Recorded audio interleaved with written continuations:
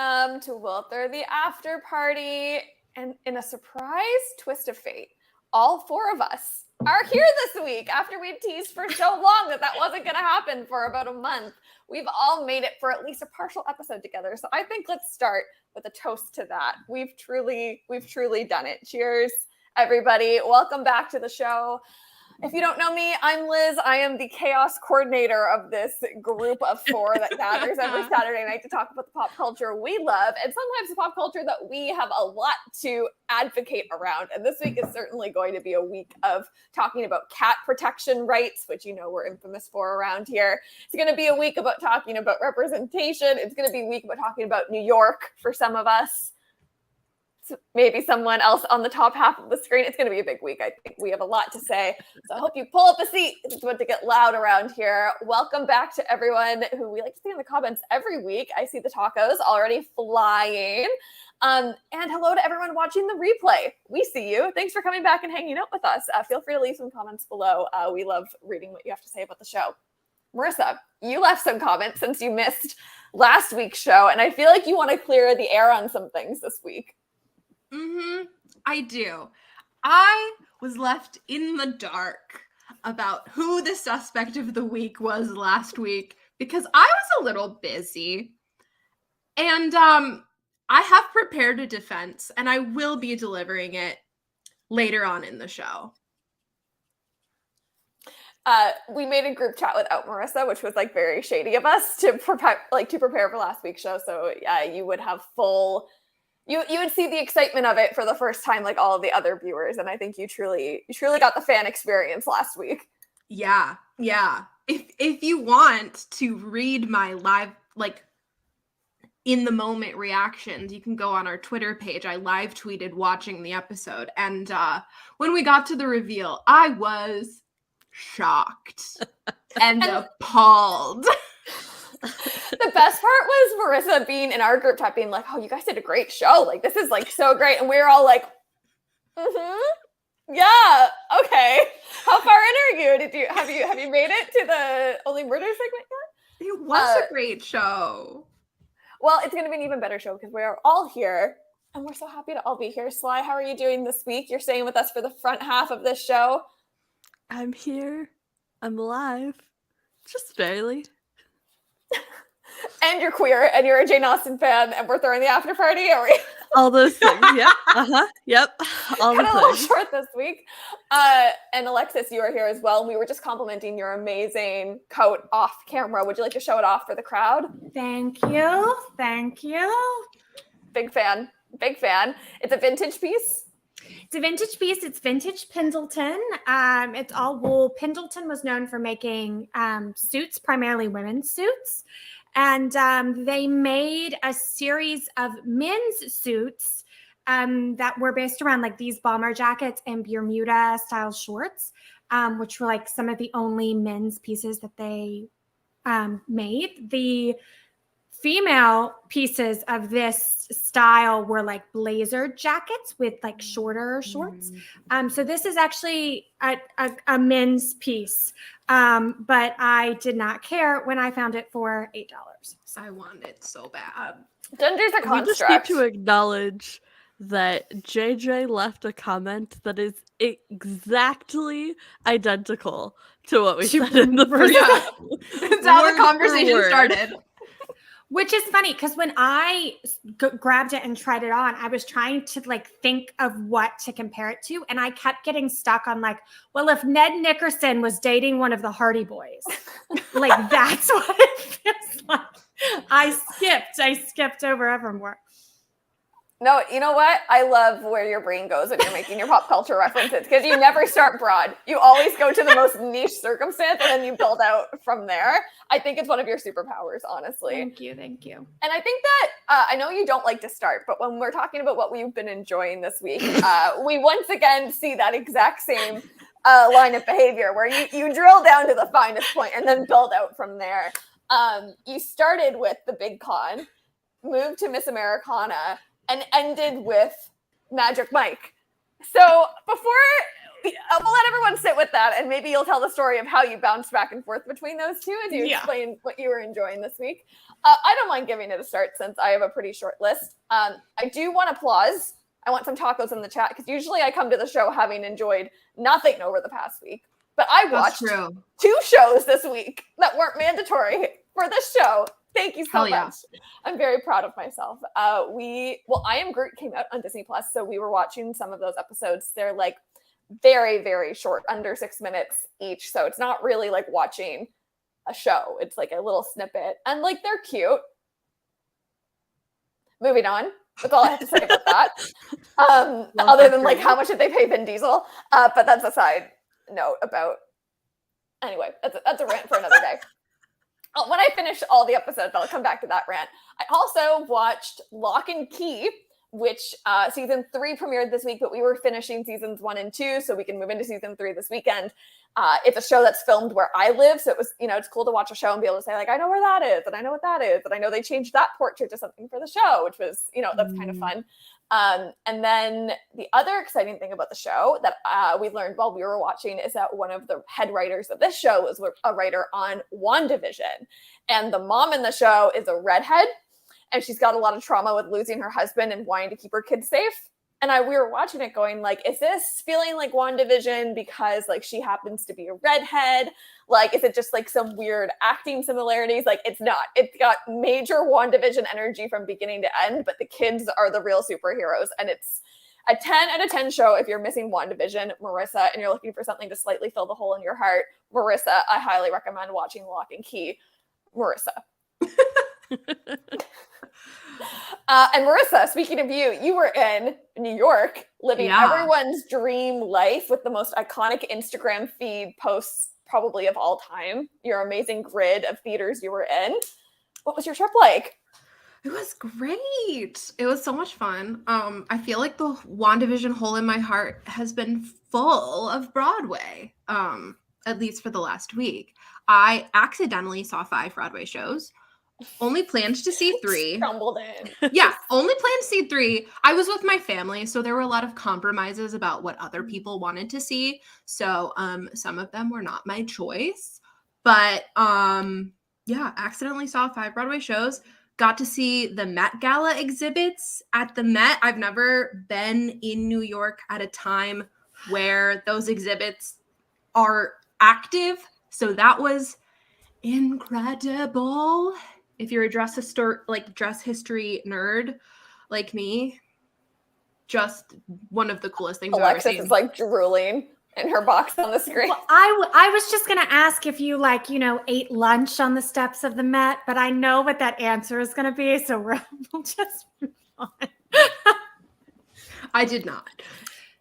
See, some of us go to the Met only to eat on the steps, go to the gift shop, and then leave, of which my Met bag is 2 feet from me. And some of us go to actually pay to go inside the museum.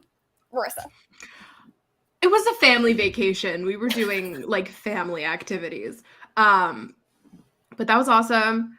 Highlight of the trip for me, and like the reason I wanted to go to begin with, was to see Into the Woods on Broadway.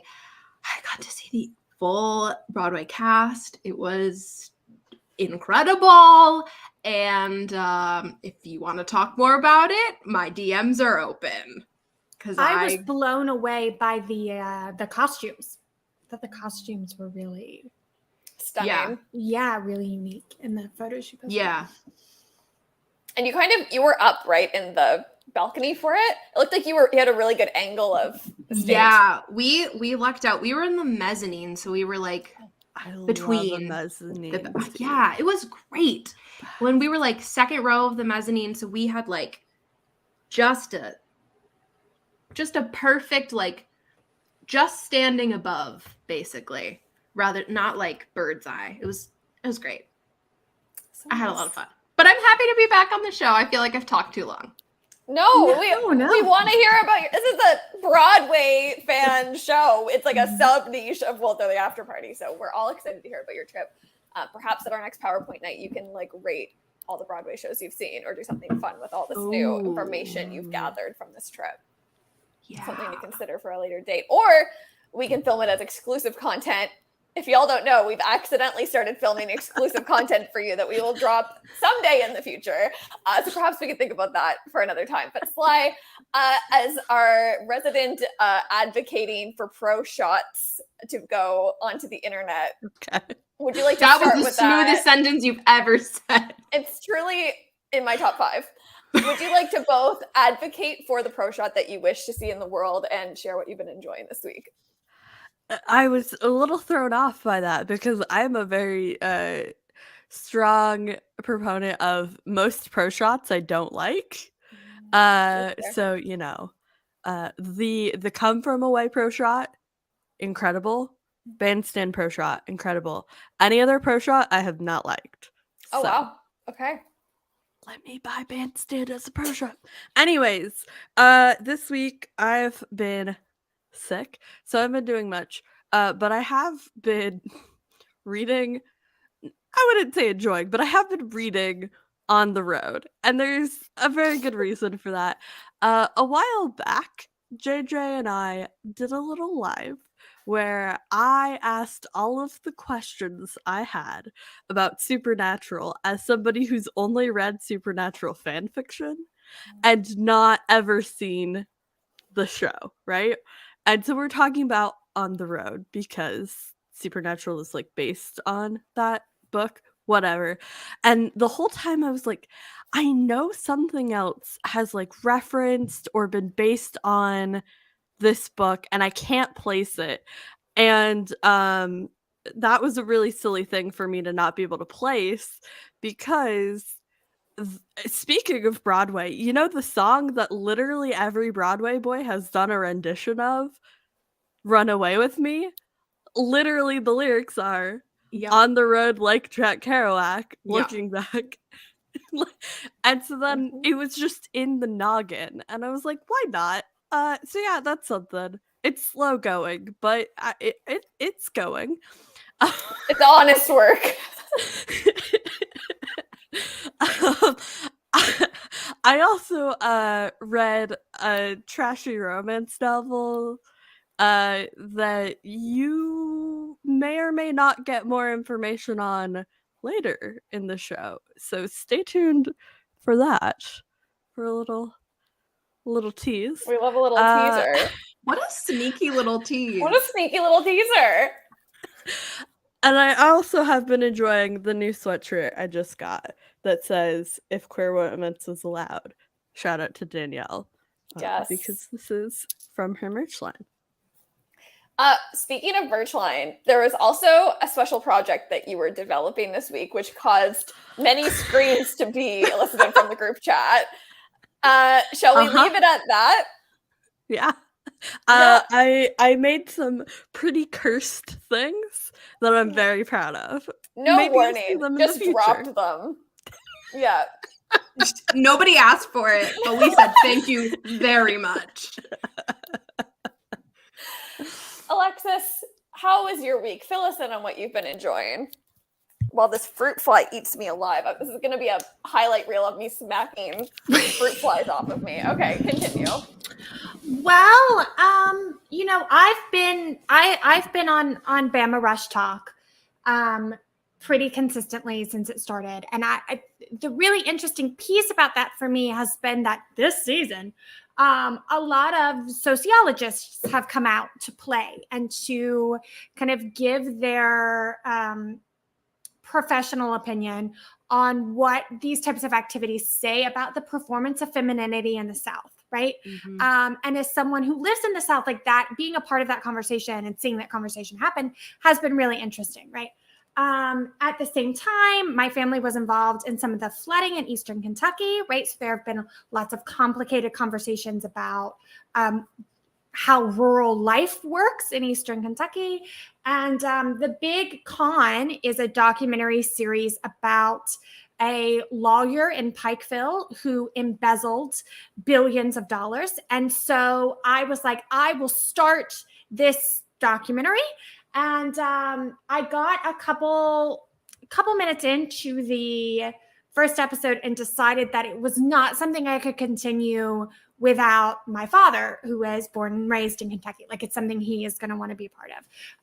And that all related to Miss Americana, because I feel like for people who don't live in the South, it is a little difficult to understand the South culturally. Like, there are very distinct practices here that I think kind of get overlooked when people are analyzing things. And Liz and I had an earlier conversation about the Taylor Swift documentary that came out forever ago, and how when people kind of analyzed that documentary, part of the piece that they were missing was that she has spent most of her life in the South, right? And so I was going to come up with some really big brain thoughts about it. And then I was like, no, you know what? Instead, I should do something fun, and I should watch Magic Mike for the first time. I could have told you that was not going to be fun. Because it was mentioned in a fanfic, and so I decided, why the hell not? I'm so glad no one told you. I'm so glad no one told you not to watch it, and that you just dove headfirst. I dove headfirst into this thing. And listen, like, on a list of like some of the best power moves of all time for me, stands Jenna Dewan performing Pony without warning on Lip Sync Battle in front of her husband, who she was in divorce proceedings with, right? There is not a bigger power move for me than that. So that is all I knew about this movie going in. And it was mentioned in a male fanfic. So I also assumed it was gay. It's not. Did not know Matthew McConaughey was in this movie. Was watching most of it through my fingers because I prefer men in sweaters. I got to the marooning on the beach not even 20 minutes into this film, and did a hard cutout, and instead enjoyed a nap with my cat. To enjoy the different movies we have impulse watched because of fan fiction, because Alexis impulse watches Magic Mike. I impulse watched the German indie film Friarfall, which is gay, German, very depressing, a very good film. But I impulse watched that because of a fan fiction. So mine was in my early years of high school, before I read the book Atonement. And that I only had context on from one fan fiction, which is quite the plot to experience for the first time via the film. Wow.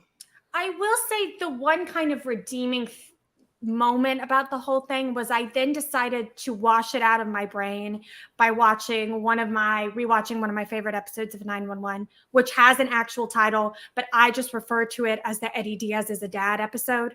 It's when Chris comes to the firehouse. Oh, goes to the like fire. 2-3 or something. Yeah.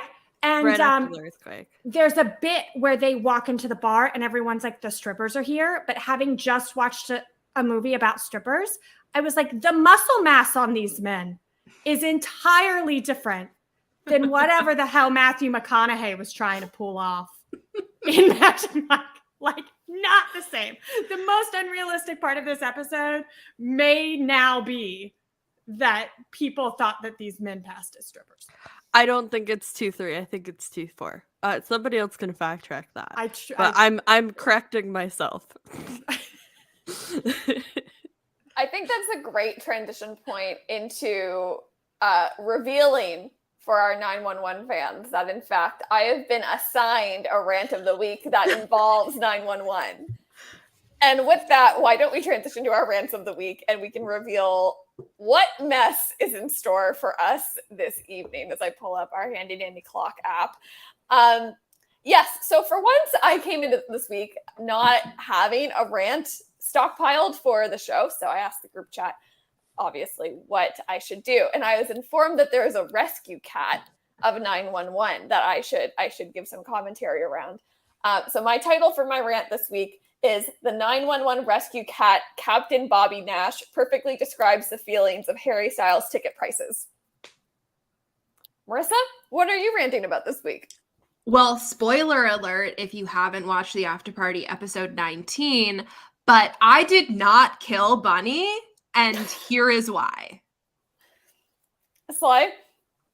My rant for this week is best fan fiction tropes to enjoy with your morning coffee. And Alexis?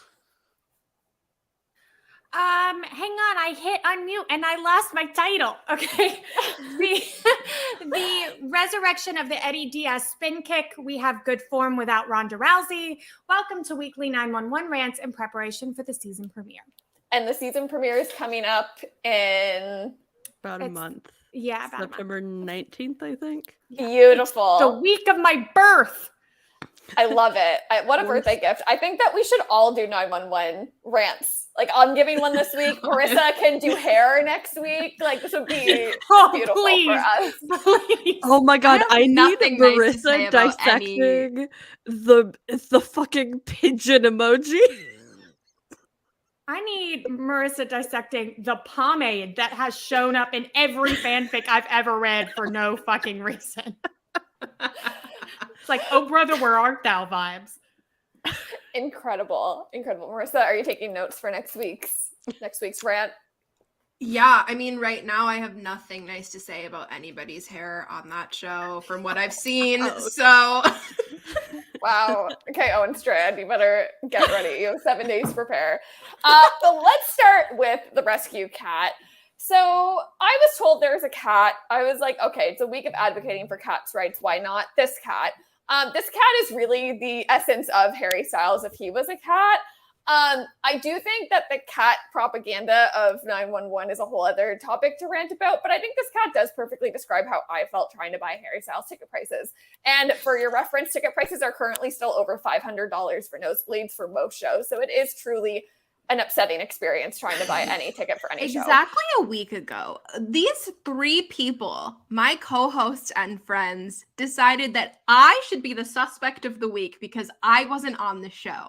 And so they declared that they think I killed Bunny in Only Murders in the Building, regardless of the fact that we live in a universe outside of Only Murders in the Building.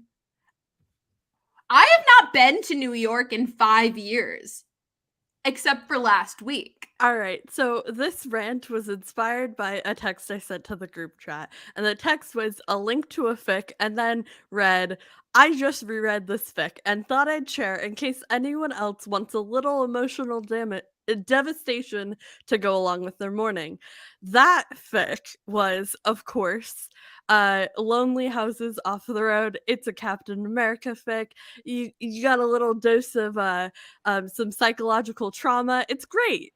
So this week, Ryan Guzman, who plays Eddie Diaz, posted a little boxy workout video with a hanging bag, which I have opinions about, but like you do you. The important part of this video was that his form was impeccable, right? And that was not how I felt about his form when, as Eddie Diaz, he had to do a little punchy punch in front of Ronda Rousey, who apparently didn't know how to hold a punching bag despite being Ronda Rousey. I just shoved a dead fruit fly into my keyboard. That's great. So this cat, I think, really describes how mad I am that it's impossible to buy Harry Styles tickets for a decent price. I also think that I'm going to have gray whiskers on my face by the time I can afford anything that's not in the nosebleeds. I don't understand. Actually, I perfectly understand if you watch John Oliver's segment on Ticketmaster and you find out that Harry's connected to the family that owns Ticketmaster. It all does make sense, but that doesn't mean I don't feel like this about the whole thing. Up until August 4th, 2022, I had not stepped foot in New York City for at least 5 years. At what point in that time was I to murder Bunny?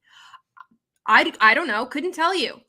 Also, I do not have the physical stature or gait of the person we know stabbed Bunny.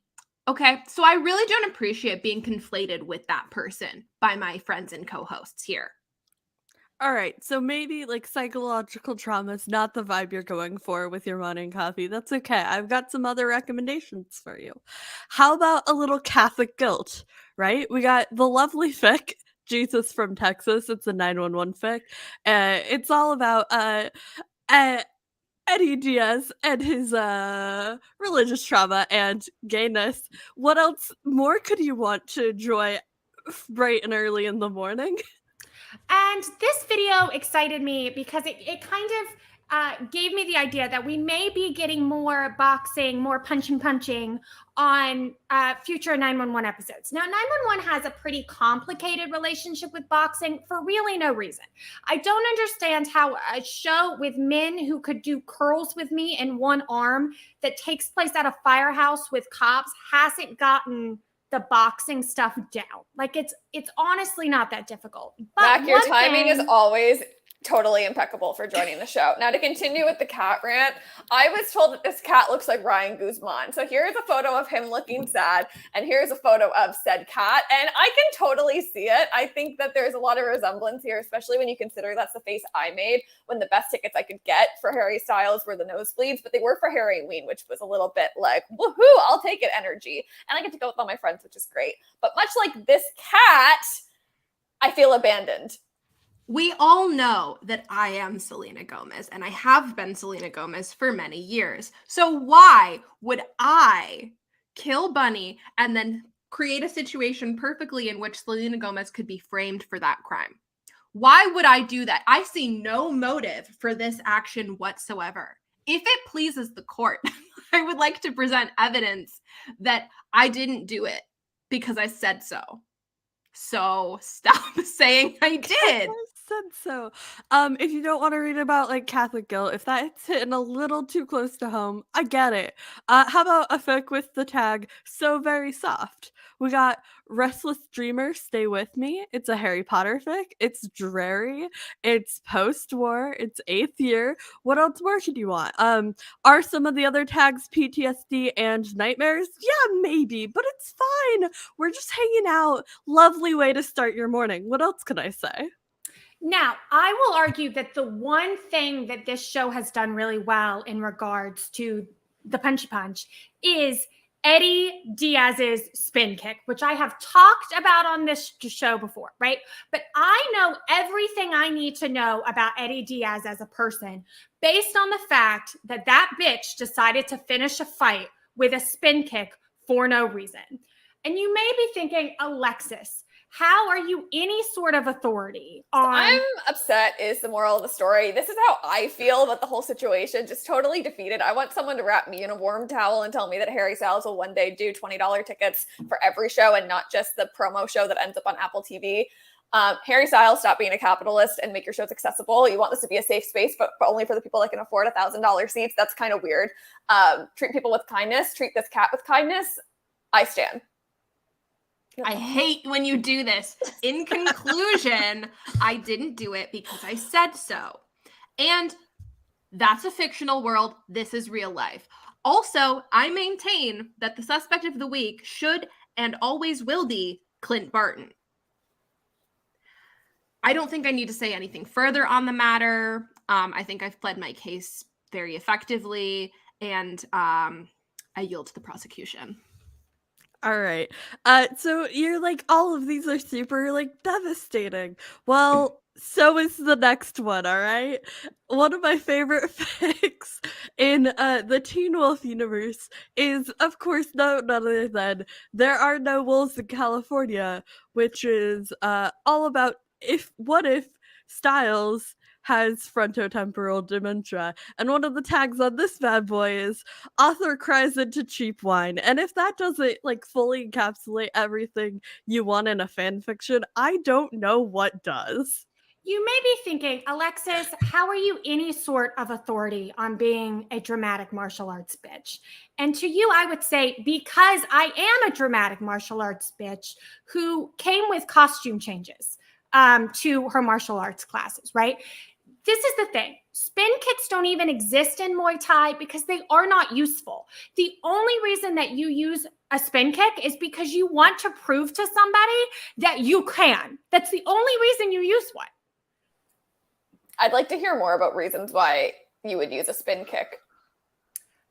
Is that the only one? That's literally it. Like it's for the dramatics. They're for the dramatics, right? You are taught them in Ishinryu karate, which I am going to make a hot, spicy take and say is the most dramatic form of karate.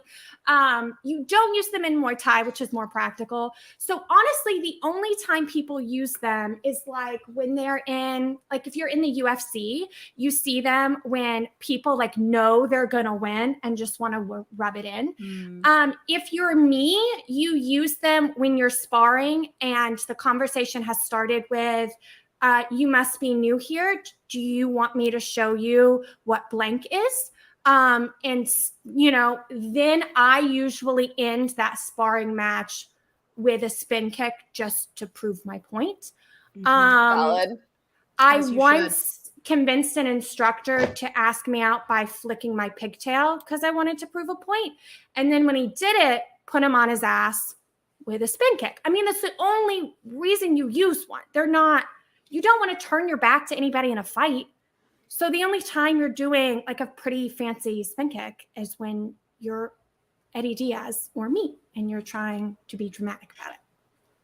So I think regularly about the fact that I am a hugger, but like a lot of people on the show are not huggers. And what am I going to do when I meet you all in person for the first time and I want to hug you? And I think the answer now is I just want Alexis to spin kick me immediately on site.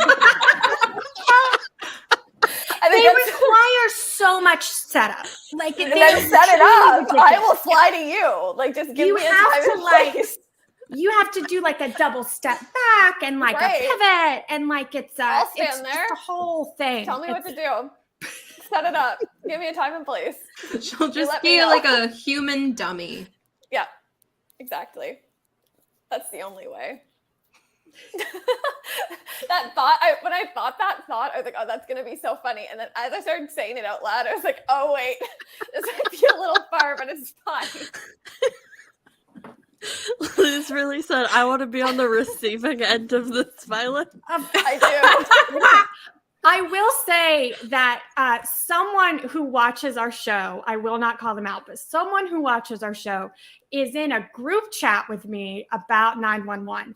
And when I sent them the Punchy Punch video, I got a very detailed synopsis of what fight scenes should show up in the next season and how they are metaphors for gay sex. So although it wouldn't... That's really good. That's a good thesis. Kind of like a setup, like people are on the same page with the dramatics of the fighting. Incredible. Truly. Well, I have a really hard transition that I'm going to make. It's like Speaking of the dramatics. Yeah. Oh, thank you. That's so much better than mine. Speaking of the dramatics, credit to Sly. Before we talk about Only Murders in the Building, sorry.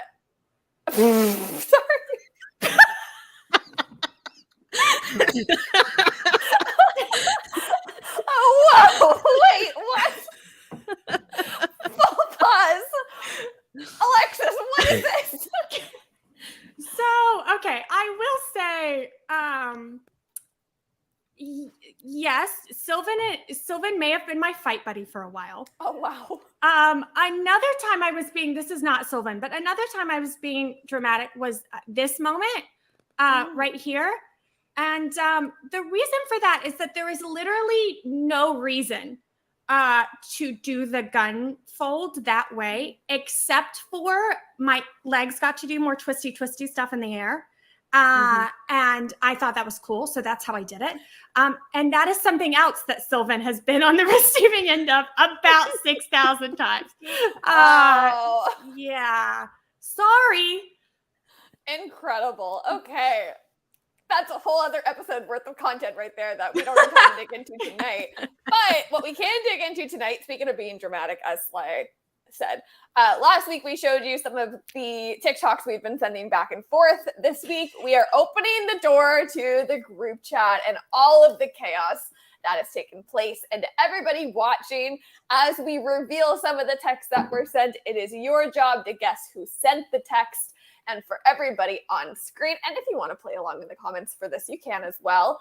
We'll be rating these texts on our scale of 1 to 5 whole alpines, 5 being elite level chaos. Like, how chaotic are these texts?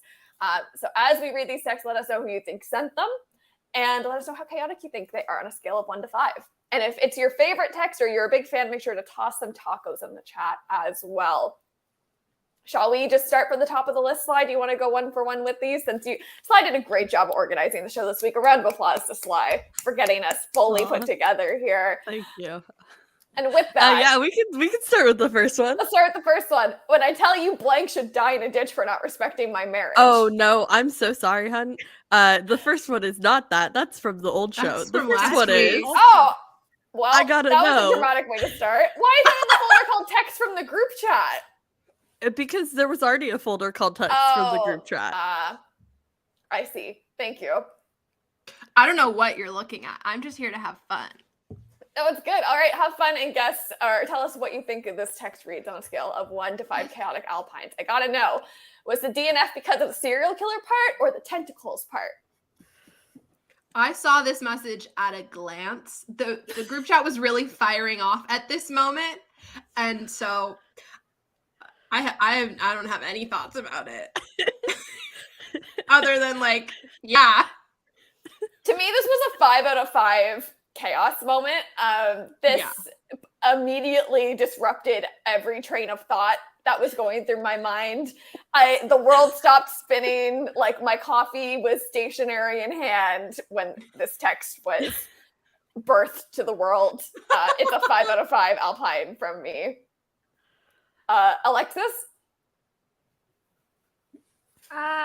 Yeah, peak chaos. Know nothing about this text. Was not involved at all. Listen, I was trying to be comforting, and sometimes I should maybe draft messages before I send them. I did not send this one, but You were on the receiving end of this one. that's just context for the conversation. I think it's I clear will that- claim this one. I did send this text, and for the record, the answer was the serial killer. Was the serial killer part? Just to be really clear. On was that gonna note, let's go to our next one. Oh, I don't want did- to. We have the answers, but I don't want to look at what the answer is. I think I know what the answer is. To me, I was wrong. Oh, I was wrong. Okay. Well, okay, how insane do you think, or how chaotic do you think this text is in terms of relative chaos in the group chat? Oh, like a 2. Yeah. This is like a 1. This happens every day. It's pretty normal. Who Fine. sent Yeah. this? It's a 1. This is average Yeah. chaos. Like Yeah. This is our the baseline. standard. Yeah, Yeah. exactly. Yeah. If I don't come up with one insane thing a day that I tell the group chat about, like something's gone horribly wrong. It's when Alexis says I did an insane thing that I start to worry. Yeah. Because there's so many directions it can go in immediately. Literally, I got this text from Liz, and like I didn't stop. Like I was still drinking my Yeah. coffee. There was no like I was just like, okay, good. Moving on. It's a day that ends in Y. Yeah. And I think I might have actually said that a few times this week, but I know the specific moment that this was referring to. And it was a relatively insane thing for me, but not really in the scope of insane things I do and tell the group chat about later. Mm-hmm. Okay. Has HBO considered that maybe they should have just put Batgirl on the Discovery Channel since that's the one for girls? This was like an oh shit. Mm-hmm. This was a mic drop moment for sure. Yeah. Chaos levels, it's like a 1. Like Stan levels, it's a 10. I'd give this like a yeah. solid 3. A solid 3. I love a clap back. I love just like Mhm. unfiltered vibes in the group chat. But I don't think it's chaos. I think it's extremely reasonable. Oh, that's fair. That's fair. That's fair. This is me being reasonable. Yes. The WandaVision fan has spoken. This is That is the reasonable. energy I want to bring to the group chat at all times. Is the this is me being reasonable energy. Like I want that to be my baseline. Yeah. And it was because you sent this text. I did. Woo! All right, let's keep going. Marissa said, British royal family copy paste. This one's so funny, I forgot. But I don't know who sent it. It wasn't me. Or was it me? I don't think it was me. I can't remember what we were talking about though when this happened. It was I a know conversation. exactly what we were talking about. I know the answer. This is a tricky one. This was a I want people to conversation- guess who said this. Yeah. Who said this? The context was we were talking about future children's baby names. Oh, I do remember this. I do. Yeah. I do believe in fairies. Yes. So good. So good. Claude's saying Liz sent this. Liz. Yeah, lots of did I send this? Liz. Everybody says This Liz. is a trick question. This is a really trick question because it was me speaking in third person. Oh shit! Third person. It was the caption to my list of baby names. Oh, incredible. That's so good. Okay. I wanted to throw us off a little bit. so When I saw it glad. on the list, I was thrilled. I was like, this is a really good one.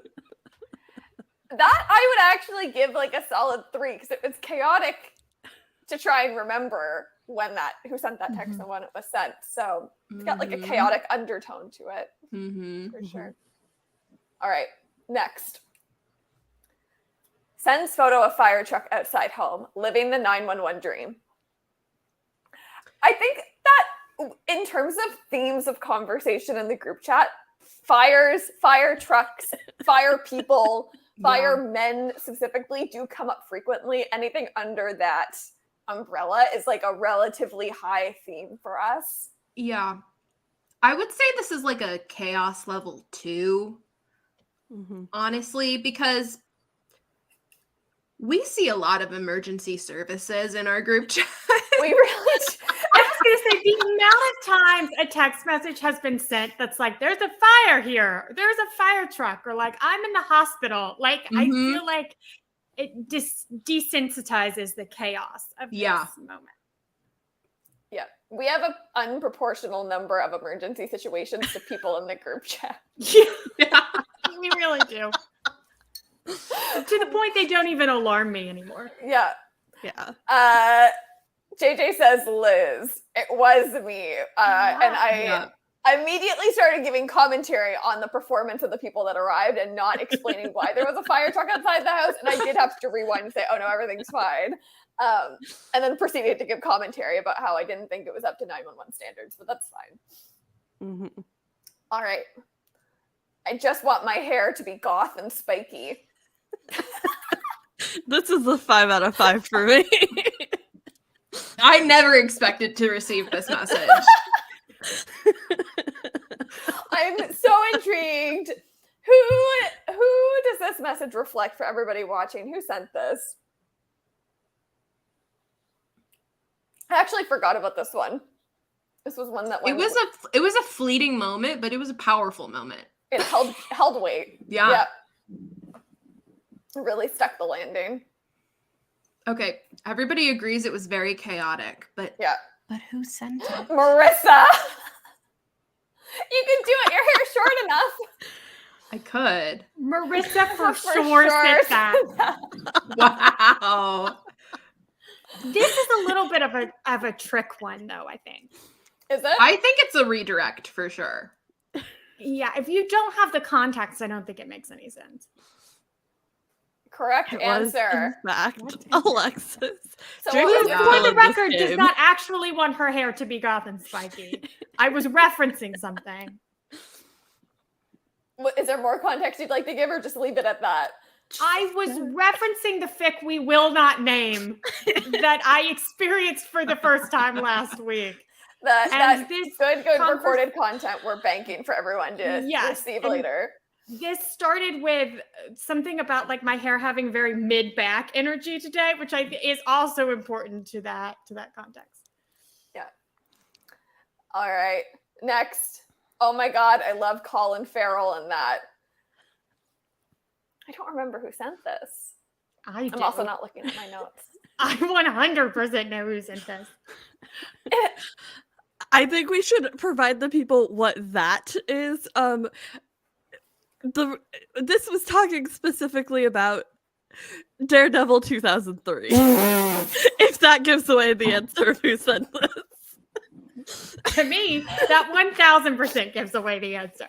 That makes it 1 out of 5 Alpines. Negative amounts of Alpines. I think it is peak chaos that someone in the group chat Marissa said, God. I do think it is peak chaos that someone in the group chat enjoys aspects of Daredevil 2003. Texting Marissa. And Marissa I will say, fully loved. JJ, I followed this message up by demanding people watch Elektra. So like I'm with you in part on that one. Yeah, I did in fact send this message, and I stand by it. Colin Farrell was the best part of that movie. He was great. I mean, the Excellent bar was on the performance. floor, but I'm glad that I just switched the order of these while we're waiting for Marissa to come back. Let's jump into the next one and reveal this piece of content that we have been working our way through and recording our reactions to hopefully one day give to all of you. I absolutely thought you were connecting Rob Lowe to Vampire from My Immortal. If you don't know what My Immortal is, we're not giving you context. No. You can Google that if you really need to know. I actually would recommend not Googling it because then you can experience it in real don't time. Google it. Don't do that to yourself. 2 people on screen have read My Immortal and are introducing it to one person on screen for the first time. And I think by process of elimination based on tonight's rants, you can figure out who has not read My Immortal. Yeah. Uh-huh. Yeah. All right, moving on. Oh, Liz sent that text. No. Oh, yes, I did. Yes, you I did. Because it started with me saying that I had questions about Rob Lowe as a human, and no one responded. And let me go on a 30-minute text rant about Rob Lowe. In a meeting, and my meeting ends, and I look at my phone, and you know how sometimes you only see like the top message in a stack? Mm-hmm. Like it'll like say like 24 updates from this group chat and only show you once. I read one, I click on the group chat, and then it shows me the last message sent. And I was like, there's too many different things. There's too many. What is Alexis doing? So yeah, it was a bit of a chaotic moment. I think this was a 5 out of 5, honestly. Mm-hmm. But I would like to hear you connect Rob Lowe to My Immortal sometime. Maybe we'll work that into the pre-record as well. Yeah. Okay. I forgot about Anthony Ramos as a person. This is a 4 for me. This is a 4 Alpine chaos text. I think especially because of who it was from. Mm-hmm. There was more context in that text as a whole that made it even more chaotic, but I thought this distilled the essence. But yeah, this was peak chaos. I'd give this a 4 or a 5. Oh, Marissa's Speak slowly of the coming devil. back. Marissa! Welcome back. Sorry. We were just forgetting about Anthony Ramos as a person. Oh, wow. You forgot. You sent this text in the group chat this week. Did you hear what I said? What? I said you sent this text in the group chat this week. This was from you. Yeah. I did. Yeah. You fully forgot about Anthony Ramos as a person. 4 out of 5 Alpines. I really did. There were set photos of him in Ironheart, and I was like, oh, I forgot he was in that. Really? I forgot about him. So. Yep. Yeah. I can't wait to do commentary on Ironheart. That's going to be quite a experience. Buckle up. Mm-hmm. All right. 3 more. The other side of the coin is picturing Buck walking out of like a TJ Maxx with a Ray Dunn tortilla warmer. And I would rather die than have that mental image. Before we dive into this, I would like to address the response I got to prompt this text. So if you don't know, there's a fanfic that is in the 911 universe that has been the topic of conversation in the group chat for literal weeks because it may or may not because Liz was really attached to it. One of our members that you could buy a tortilla warmer at Home Depot. Liz, totally, definitely. And so I commented informing the author of this fact, and they replied that was the favorite comment they've ever gotten, and their sincerest apologies because they live in London and have never walked into a Home Depot in their life. One of our shining moments as a community, I think, is that exchange. It's really good. This is a 5 out of 5 chaos meter for me. This is like the star of the group chat, this message. Yeah. What happened was we then realized that because they don't live here, they're assuming that Home Depot is like a Home Goods or TJ Maxx, rather than a store that sells overpriced lumber. So that's kind of what led to this. I mean, none of us actually went to a Home Depot and asked for help to find tortilla warmers that did not exist there, because that would be a thing insane people did.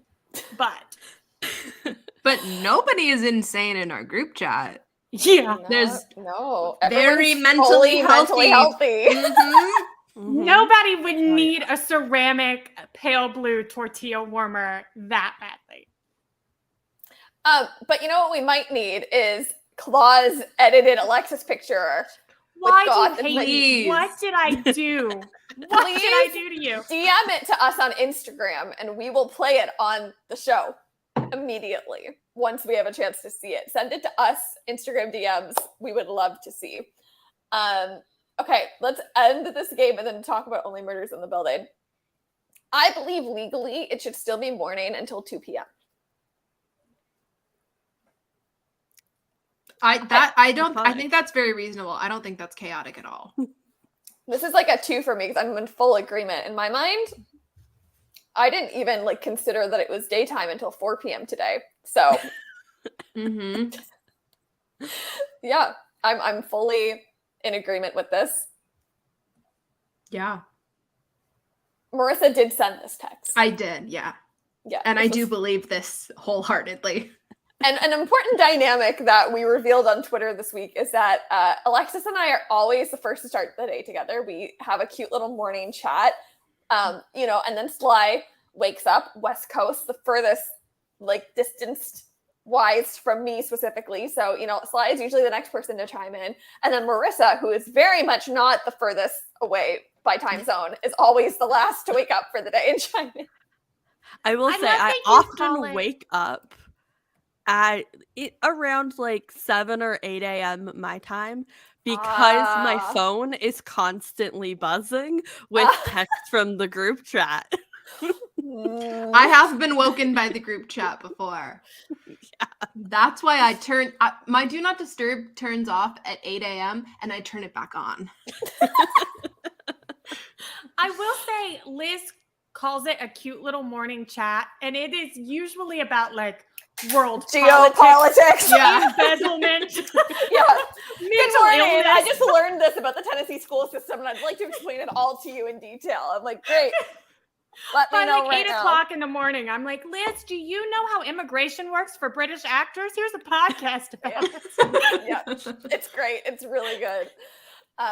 It's truly a joy to start my day with thoughts on China, and I always can. With one brief note to Alexis. And with that, why am I more embarrassed by this than sending y'all literal is the real question here. Can I tell the funny follow-up to this, though, as long as I don't name what it is? Absolutely. Okay. Are we ready to reveal, or do we want people to guess first? No, go for it. We need people to guess who sent this. Yeah, I think we need people to guess who sent it. I don't think this is that chaotic for us. I'm just going to be honest. I think that comment from Marissa is a 5 out of 5 chaos outline.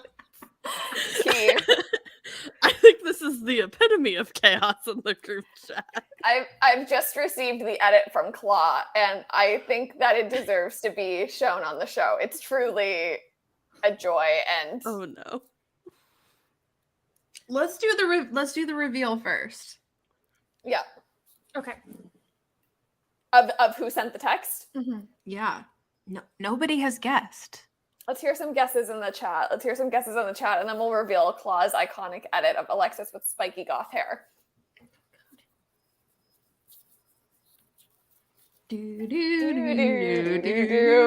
Plugging Bunky during the show via the Jeopardy theme.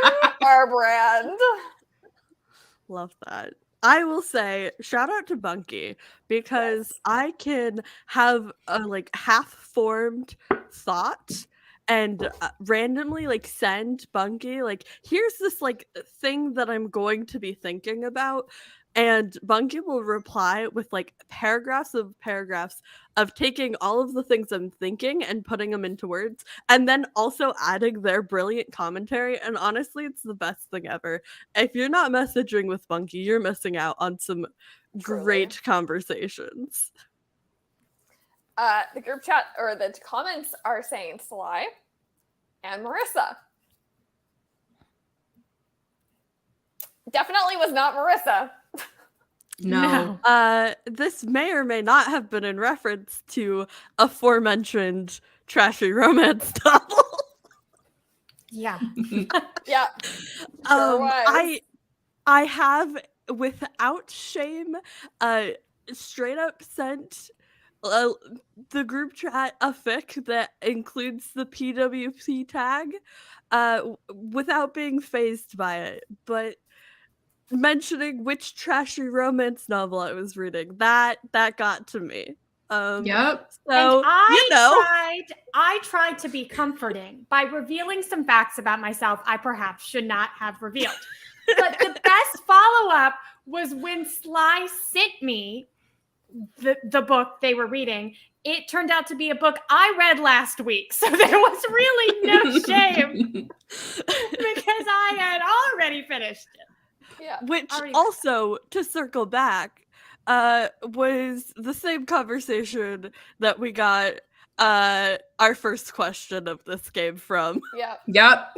Though the book Sly was reading did not involve the serial killer tentacle situation. Make a comment about a dead body, and Alexis did clarify that the dead body was not the same as the serial killer book. Yeah, not the same book as the serial killer with tentacles. Another joy of being in the group chat is watching Alexis and Sly talking about things you don't know and just getting to watch the logic unfold, being like, It's really great. It was not praise. No, it was not, but somebody may or may not have mentioned that book directly to me. I recommend praise because it's beautifully ironic, and I am a passive-aggressive, sarcastic bitch that finds it really funny. So we are now at the hour mark where we're going to transition into our only murders in the building conversation. So as we give our spoiler warning, we must bid Sly a Demas dip farewell.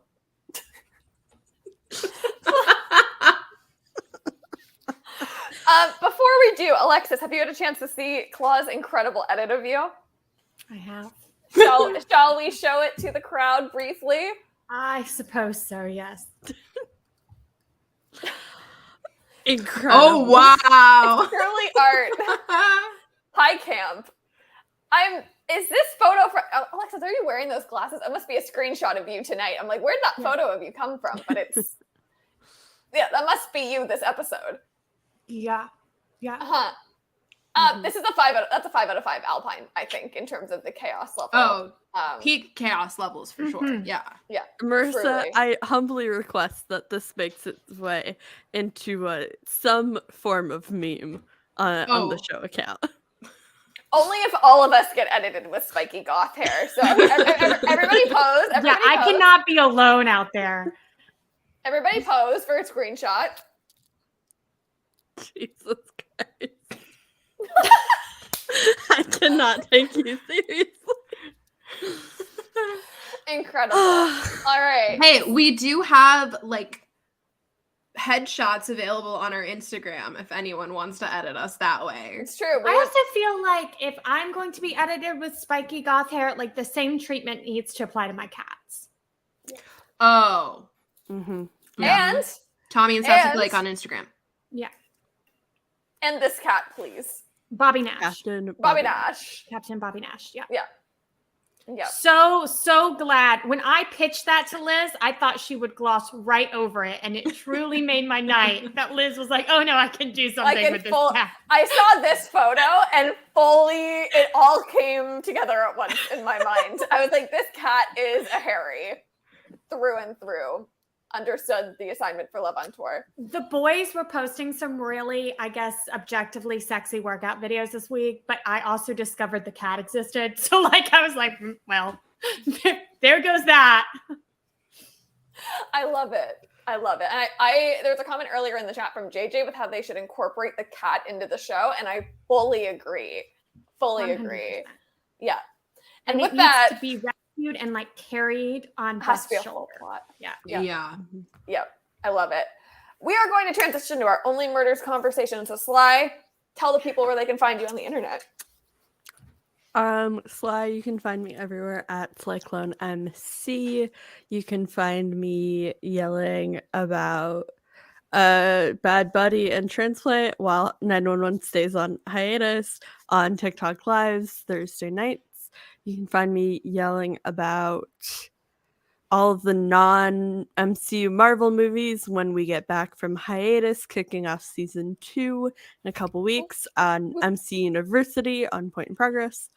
Yeah, and you can find me here hanging out with all the lovely friends. But I still feel a little crappy, and I have not watched this week's episodes of Only Murders, so I'm very excited to enjoy it vicariously through my lovely co-hosts here. And I will see you all. We'll see you next week, Sly. Bye. Bye-bye. All right. So for those of you that missed this week's episode, do not fret. We are starting this journey with a rowdy recap. So Sly, if you're still listening, buckle up, my friend. This one's for you. Oh, what's that? I didn't mean to share my full screen. I really didn't, but now's a great time to tell you that you can vote for me to be the best of Halifax. What a transition. Wow. I swear that wasn't planned, but didn't it work out in everyone's favor? You can go to thevote.thecoast.ca/public-life/best TikTok and vote for your girl producer Liz to be the best TikTok in the city of Halifax. I would so appreciate your votes. Link is in my bio to vote. And with that, we shall recap this week's episode. What do you think, friends? 30-second intervals until we get the whole way through? Yeah. That sound good? Now, who remembers this week's episode? Show of hands. Nope. All right, let's go for it. So we start off in the diner with all of the fans that are hanging out, and they start like trashing season 2 of the show and saying like, oh my God, they're not going to get anywhere, blah, blah, blah. But then you have Marv, who's giving kind of this narrative voiceover thing while our trio leaves the diner and heads back to the Arconia. And he's kind of like being mysterious and shit. And then you find out back at the Arconia, everyone's hanging out in the lobby, like trying to figure out what's happening with the power. And everyone starts drinking that like milk. Yeah, gut milk, because the building manager woman whose name escapes me is selling the gut milk. Everyone's really pissed that they're stuck in the lobby and the elevators aren't working because there's a blackout, and so they have to walk up a lot of stairs. Somebody has to go up 9 flights, somebody has to go up 14. It's a whole thing. Nina needs a package. And so the doorman has to walk up 14 flights. And then there were like 2 plot lines happening, right? One is that the doorman and Nina are having a conversation about her need to rebuild the Arconia as some weird Gotham City supervillain headquarters thing. Mm-hmm. And our trio, who is stuck in the catacombs of the building, trying to find stepdaughter type person who they believe is being chased by the killer. And not only the killer, but we find out as they're walking through all the hallways and shit, it's the Glitter Man that is in fact in the building. They're like, it's Glitter Man, it's here. Oh, the stuff is going on, it's crazy. But then we find out like they start chasing him out, and it's like Marv in a suit because he's a mold inspector, and they're like, what are you doing here? He's like, I was gonna protect Lucy. And it's like, womp womp, like what a letdown of a moment in my opinion. And then Inspector What's-His-Face shows back up. Detective Krebs. And he's like, oh, Lucy, what's going on? And it's like, are you interrogating a minor without a guardian present? I don't know. Sure looks like it to me. And then they're like, no, we're taking Lucy and we're piecing out. And as Detective Krebs turns, you see that his whole neck is covered in glitter. Too much glitter to be an Easter egg. Yeah. And that's really like the end of the episode. Yeah. Oh, we missed the entire plot. We missed the whole cat plot part of this episode. Well, it's okay because we have an entire segment dedicated to Fine. the biggest atrocity that this show has ever committed on its audience.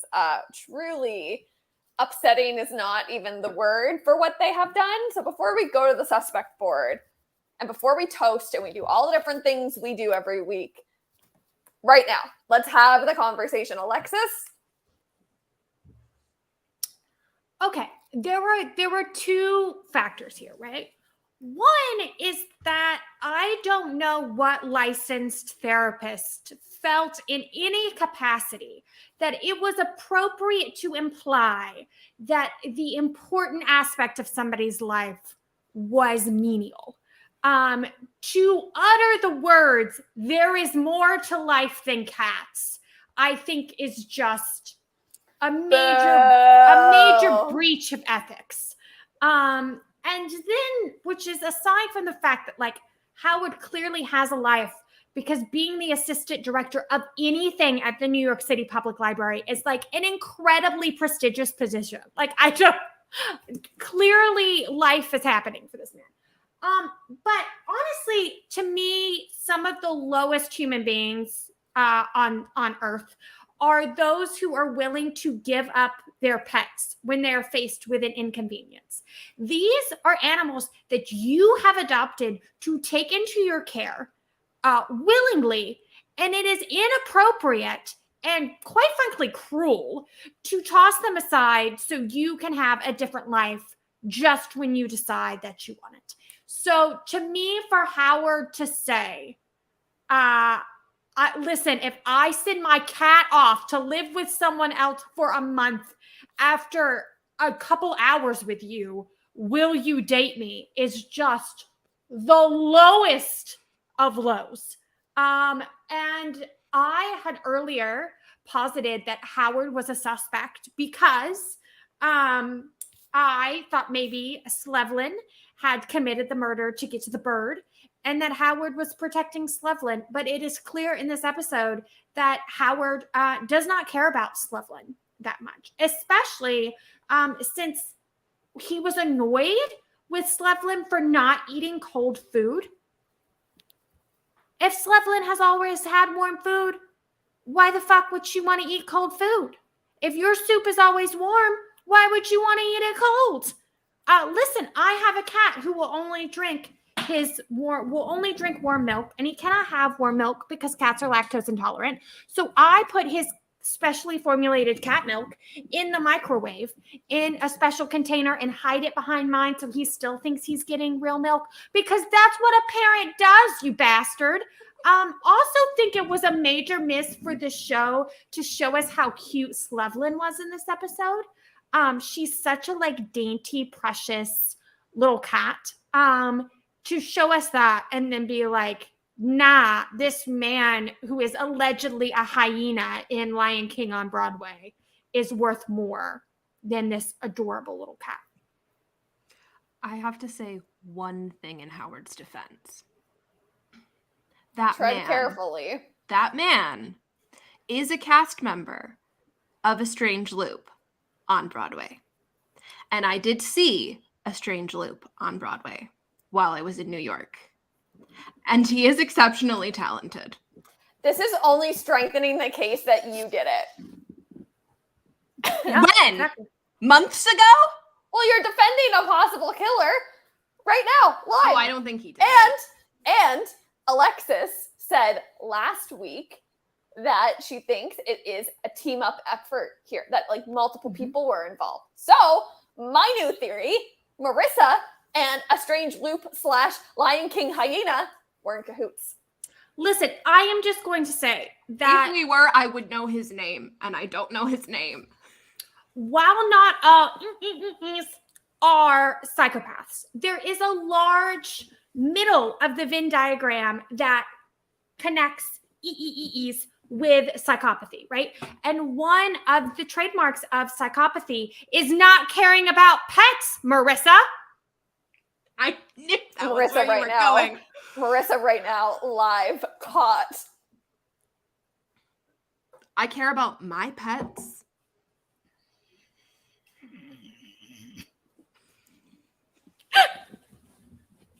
It's okay, Betty. It's okay. We're never going to let Auntie Marissa get anywhere near you. I'm allergic. Me too. Which is another point that I would like to raise about this. Because this guy is sitting in Howard's apartment, and it's not until they lean in to kiss that he finally raises that he's lethally allergic to cats. Yes, what does lethally mean?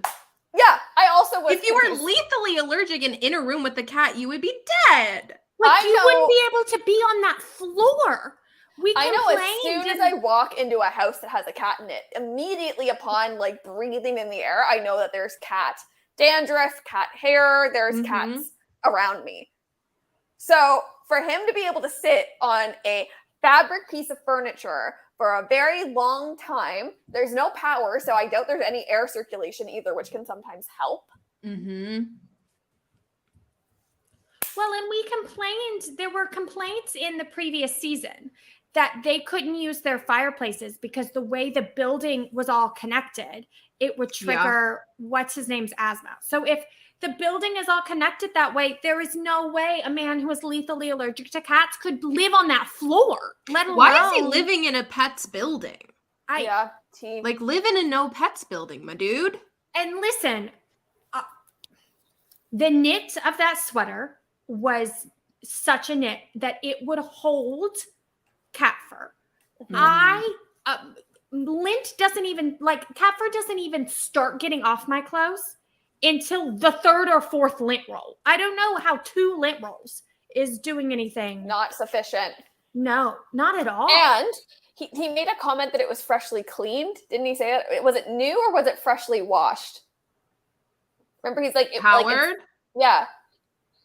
Howard's. He said he would get an air purifier and he would But lint the roll actual all his sweater sweaters he was twice. wearing when he went back, and he was like, I lint rolled it twice and it's like clean or whatever. But if all of your clothes have cat hair on them and you wash them, there's probably still going to come out with cat hair on them. Like, I've never seen any of my friends who have cats, freshly launder their clothes, have the clothes come out and still be fully free of cat hair. That's like not, I had to stop living in buildings with shared laundry because it was getting on my clothes and I was getting allergic to my own clothes. And now I have to be pretentious and have my own in-suite laundry because I cannot share with people that have pets. So, Howard. Yeah. I do think the like lethally allergic thing, like there's a way in which it could be like sarcastic or hyperbole or like a little flirting thing, but it was not delivered as such. I also don't know how if you're allergic really at all, you've stayed in the room that long. Right. Before the achus. Yeah. Right. Yeah. Even if you're mildly allergic, you probably would have gotten an early one in. Yeah. Yeah. Yeah. Nope. So lots of holes in that case. I also found in my notes, I said, like, I found it very sweet when when he was talking about wanting to be a librarian, and then Howard got to be like, I'm a librarian. I think that was fishy. Looking back on that line and that exchange, like, I feel like there was some hidden motives in that conversation, for sure. Like, maybe this guy needs access to Howard's apartment, or he needs access to the board or something, and he's going through Howard's sweet cat-loving heart to do it. Mm-hmm. Like, I don't need you to give up my cat for me, but I do want you to, like, do this for me, or, you know. And he's only subletting. Subletters are always fishy. Mm-hmm. I'm surprised the building even allows subletters. That was a Yeah. weird choice for me. Technically, Mabel is subletting, but I think she's just living there for free. She's just living in her Aunt's aunt's unit. Aunt's apartment. Yep. Yep. But I agree that all of these things are fishy, and yet I still don't think that this man is the one that did it. Okay, Because well, it is your week to name the suspect of the week. So let me pull back up our board. Marissa, you get to clear your own face of the board this week and put up whoever you would like. Thank you.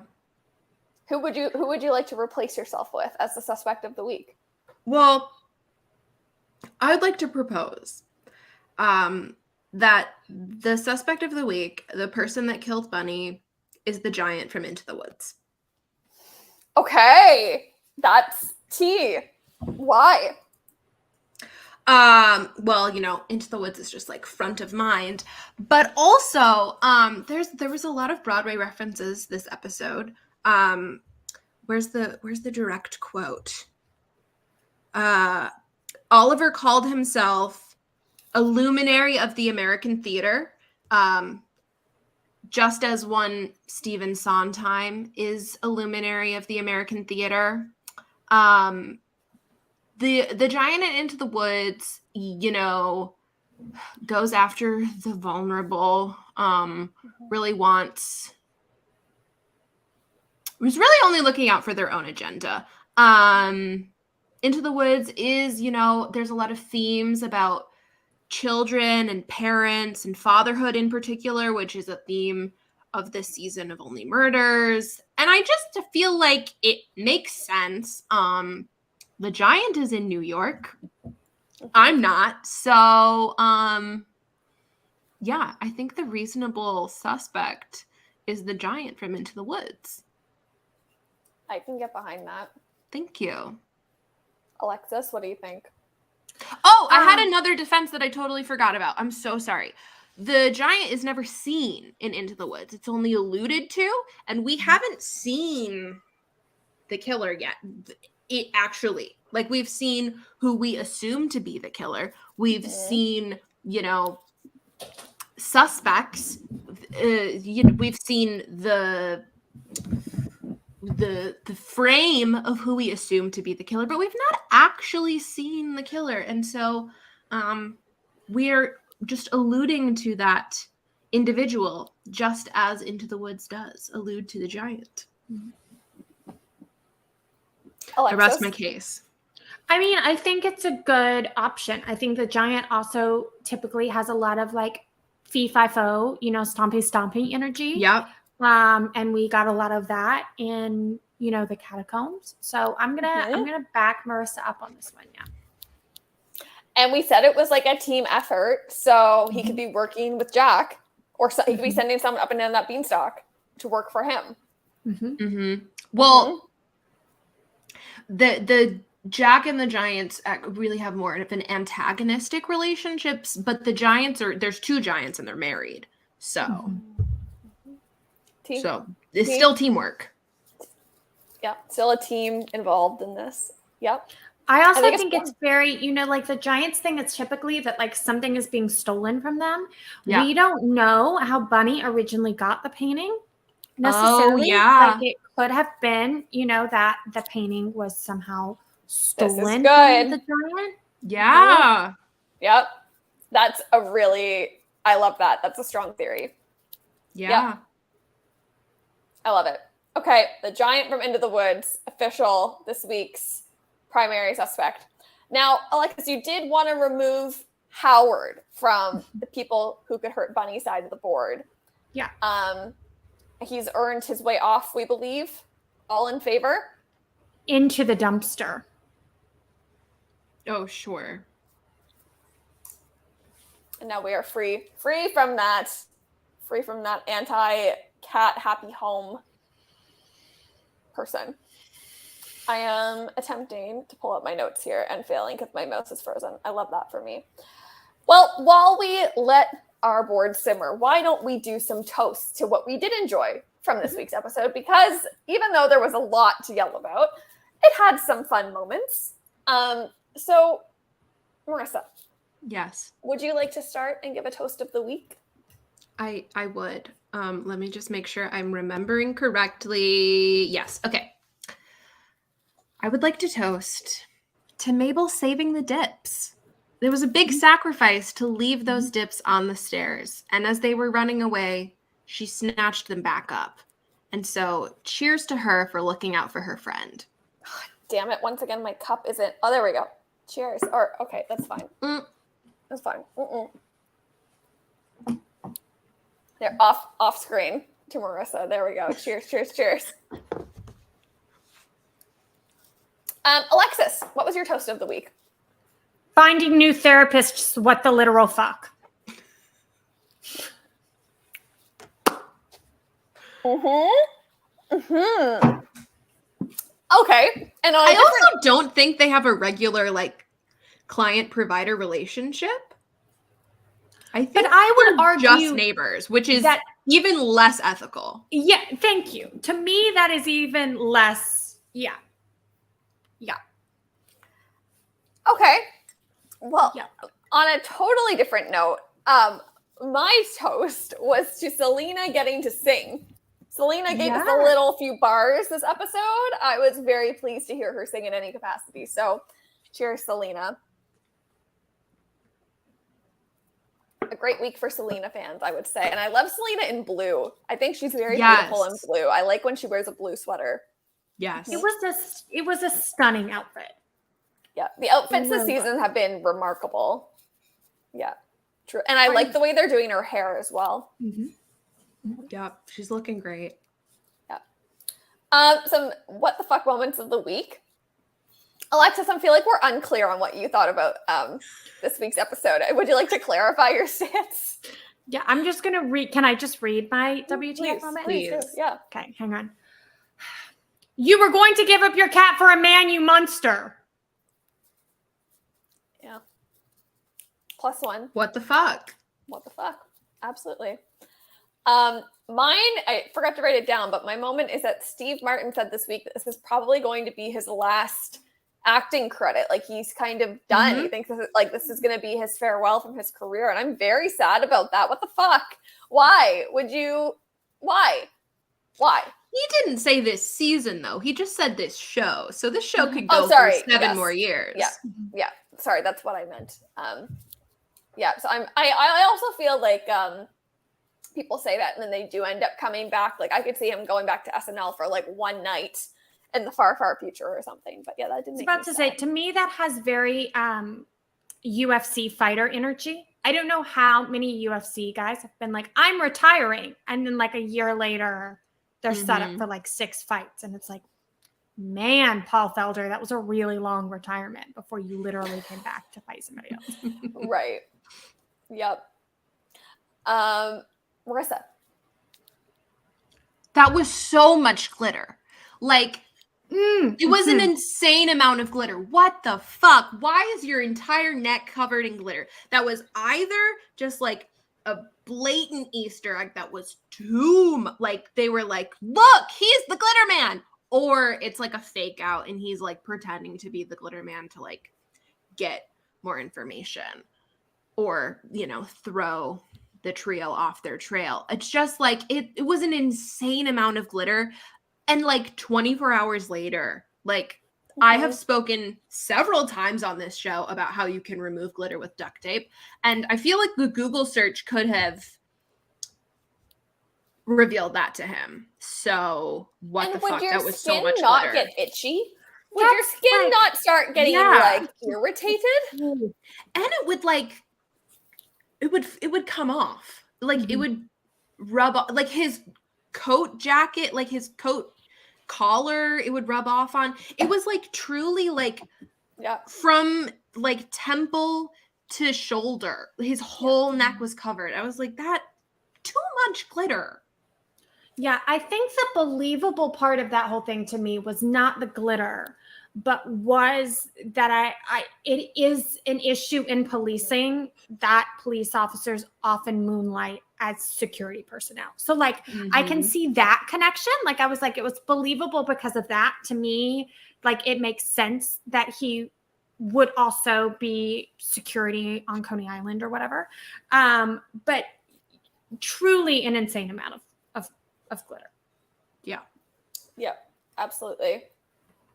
We have a comment in the show doc, and I don't know who wrote it, but I assume it was Alexis. Oh God. I'll be gone in the dark. Was that you or was that Marissa? That was me. Let's go there next. I'm the I'll be gone in the dark person. Okay. It's all you, bestie. Okay, so I think it was the last couple shows I have complained quite a bit about this show kind of losing its track on some of the more intelligent commentary we got in the first season. And I actually think it was something Marissa said that I spent a couple weeks ruminating over, because I just in previous episodes I've talked a lot about how comedy isn't really my thing, right? And so I think the first season of this show really was, because the commentary was so intelligent, I had something to hold on to that wasn't just the comedy. I think in this season of the show, I've had a really difficult time both watching and talking about it, because I haven't had that piece to hold on to. And as somebody that doesn't know how to interpret those things well, I don't really understand a lot of the comedy until we're talking about it on the show and Marissa has understood it.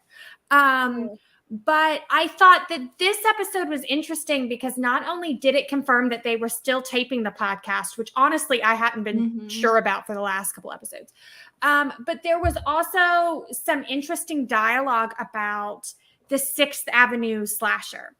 And I think there were highs and lows to that commentary, right? I think it is funny because in a lot of true crime podcasts and a lot of crime in general, like even detectives that talk about solving crime, you always have the one that's like, or maybe it's related to this serial murderer, right? I think the part that was kind of played for laughs, right, was this bit about like he just chose whoever, and I don't know that landed, right? I think that we've had so much television in the last decade that has done really well in the serial vein, that like that doesn't really play as funny because everybody knows that that's not factual.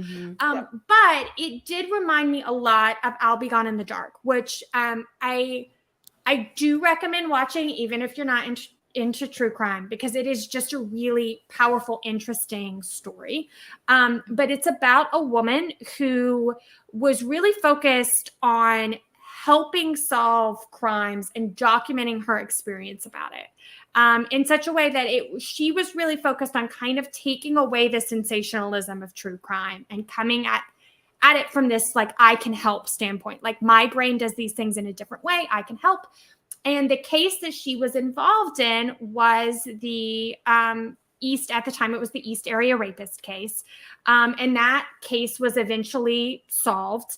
And basically what they found out in the end was that the East Area Rapist was a killer who was also a serial killer in 2 other states. And that all of these, were related to each other. And the way that the I'll Be Gone in the Dark story ends is that basically her involvement, her need to solve this case, and the place that she was in her own life, which was kind of unstable, led to her death. And so it was really interesting to me that we had Marv, who kind of comes out with being in a rough place in his own life, who is referencing this killer that is very similar to the East Area Rapist. I just found that loop to be very interesting because his desperation to solve this case, I think, was really similar to her desperation to solve it. And it was even more interesting to me because a book was released this week by Paul Holes, who went on Fresh Air with Terry Gross to discuss it, called Unmasked. And it is his memoir about solving cold cases. And it was particularly interesting to me that in the interview, he claimed to solve the East Area Rapist case. And I don't think that he did not solve it. Yeah. But I do think that it was a really watered down interpretation of all of the people that contributed to the solving of that case, because I don't think he could have solved it without some of the assistance that he got from the people involved in the I'll Be Gone in the Dark story. So for that to come out this week and like this episode to come out, I thought that had some interesting connections. I've talked too much. Please move on. But it is interesting. Like, I feel like the first season drew a lot more on true crime podcasting as like an action, whereas this season tends to be drawing more on true crime itself. Like, they had the Son of Sam episode, and now we have like this connection in a way that I feel like the first season didn't really have. It was like fictionalized cases with like primarily the parody being of the act of podcasting, rather than this season is more about the actual crime, which is an interesting skew they're going with. I think in this season too, it's been interesting to see like what they choose to kind of parody. I'm not sure if that's the right word, but what they choose to kind of make light, you know, kind of make the joke, and what they don't. Like I think this commentary around Marv is actually very smart. I think it's very interesting commentary, but it also made me realize that at the same time, they have this fan club that is not at all representative of the typical audience of true crime, which kind of feels like a miss to me. Like, I love the fans that we have and I love the diversity that we have there, but like any study would show you that the true crime audience is primarily middle-aged women who are primarily moms and are primarily white. And I feel like it's a missed opportunity for them not to also have a fan base that looks like that. I think there's some interesting humor, you know, that could be had there as well. Another point in this episode was kind of the drop off of true crime in the second season, which is very common. I think that's a very funny joke, especially in regards to the serial connections they made in the first season. But then we've talked before about how with Syndicanti, they've kind of lost whatever that commentary, you know, was supposed to be. So, you know, kind of a give and take there too, I guess.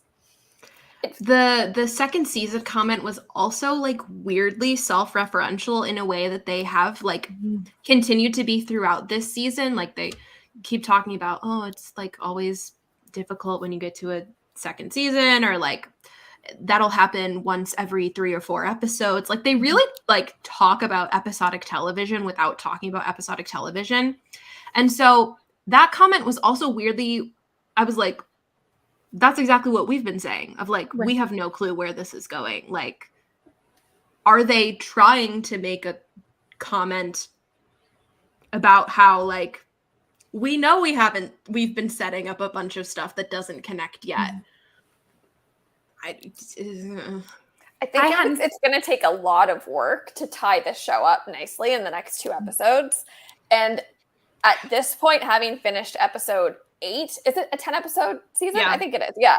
At this point, like, I needed a lot more from episode 8 to buy that everything we've been introduced to is going to have a clean finish. There's so many points of interest that they've given us and then dropped and not been consistent with, that it makes me feel like this season. Hey, Sly. Can I pose a question real quick? Absolutely. I didn't even realize you were still here. Hello. Hi. Do you think we will actually get any resolution by episode 10? I kind of doubt it. Sorry. There's never been an official season 3 announcement, but like since the season 2 wrapped, they've been speaking about it as if there's a season 3.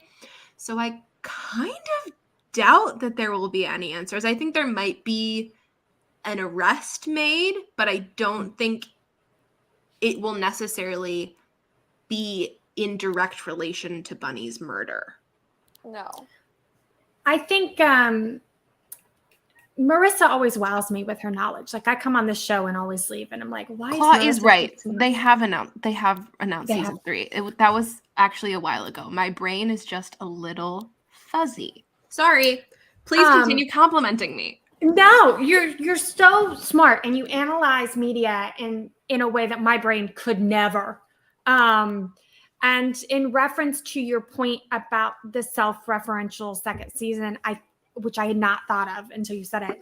We also got the quote about like 5 episodes of filler, which to me, I think we have had a lot of filler this season, and that the pacing is starting to feel more like the pacing when we were trying to figure out who Gossip Girl was than it does the pacing of the first season.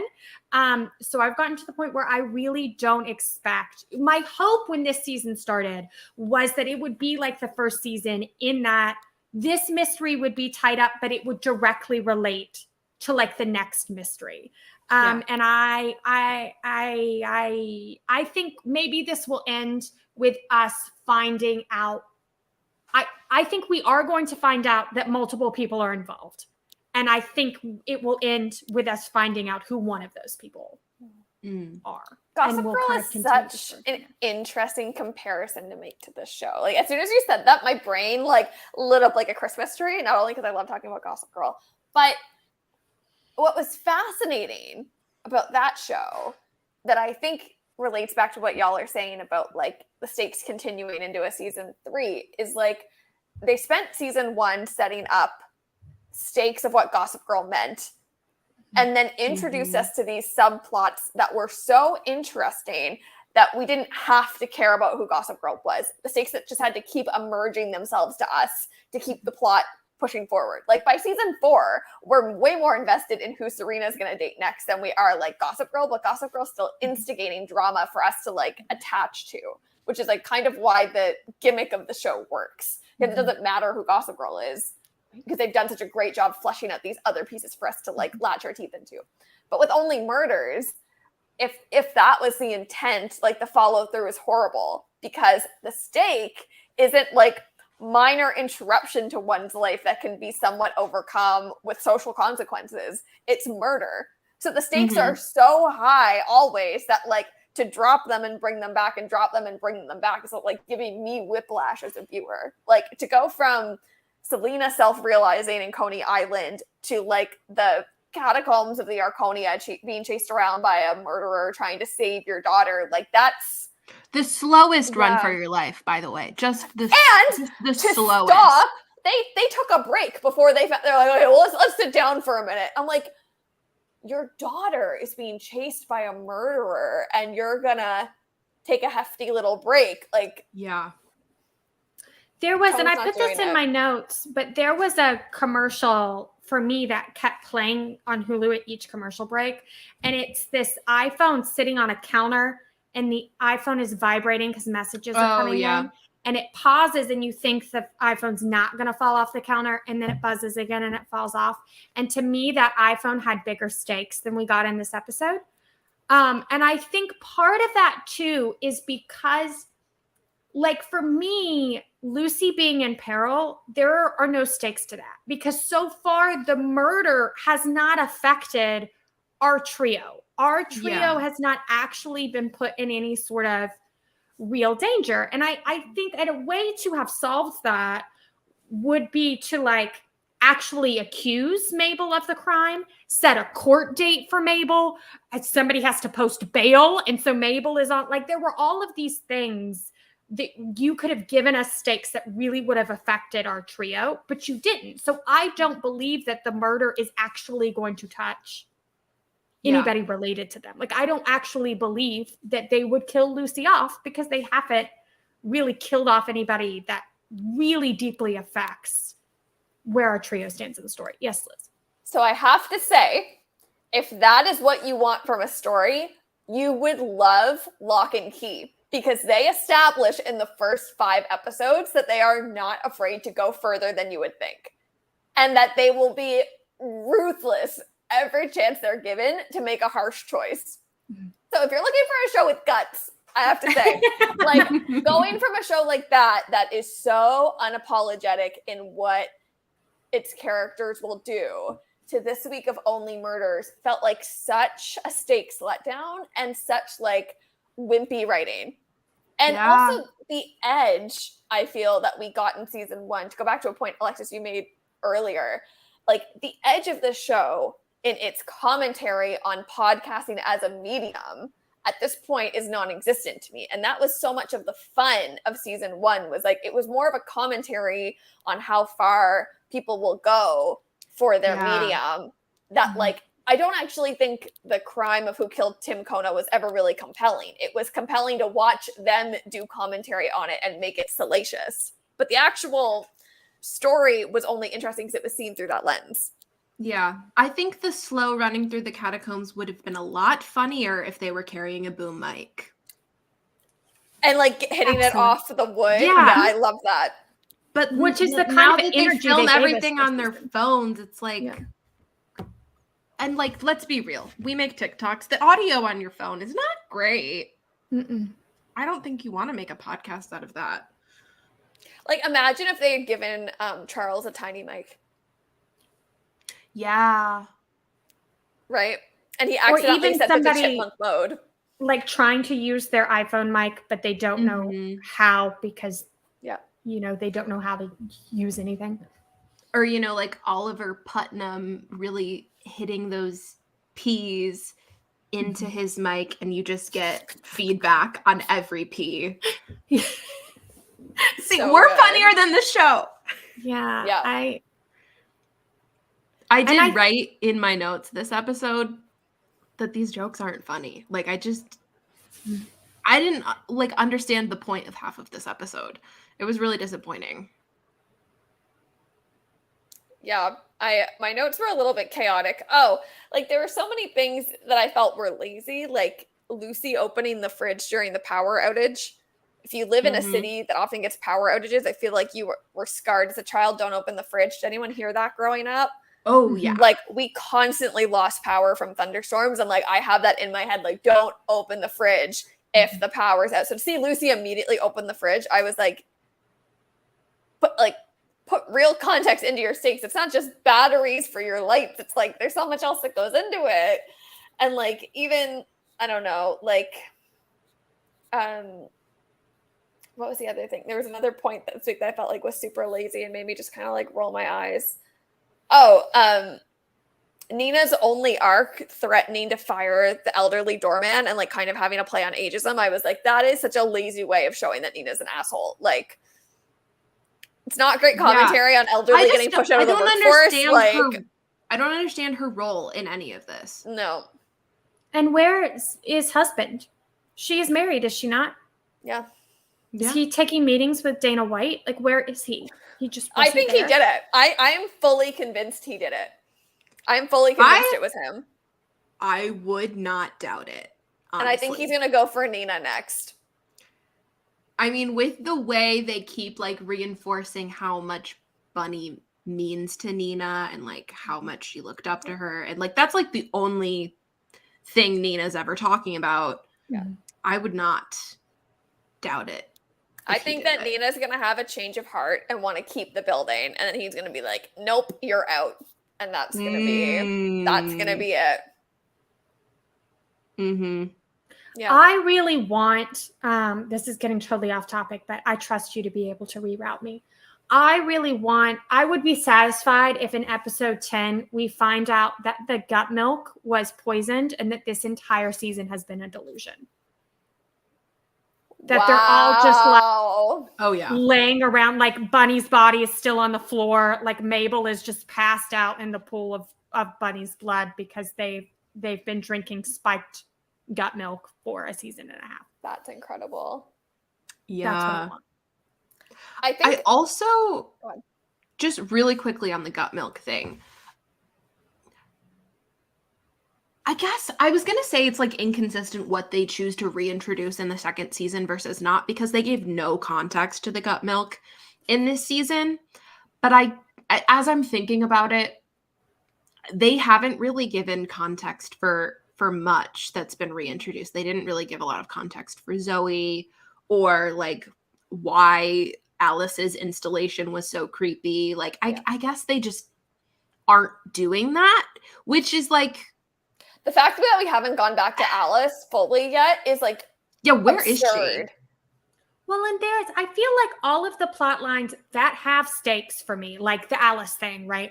Like they have really weird pacing.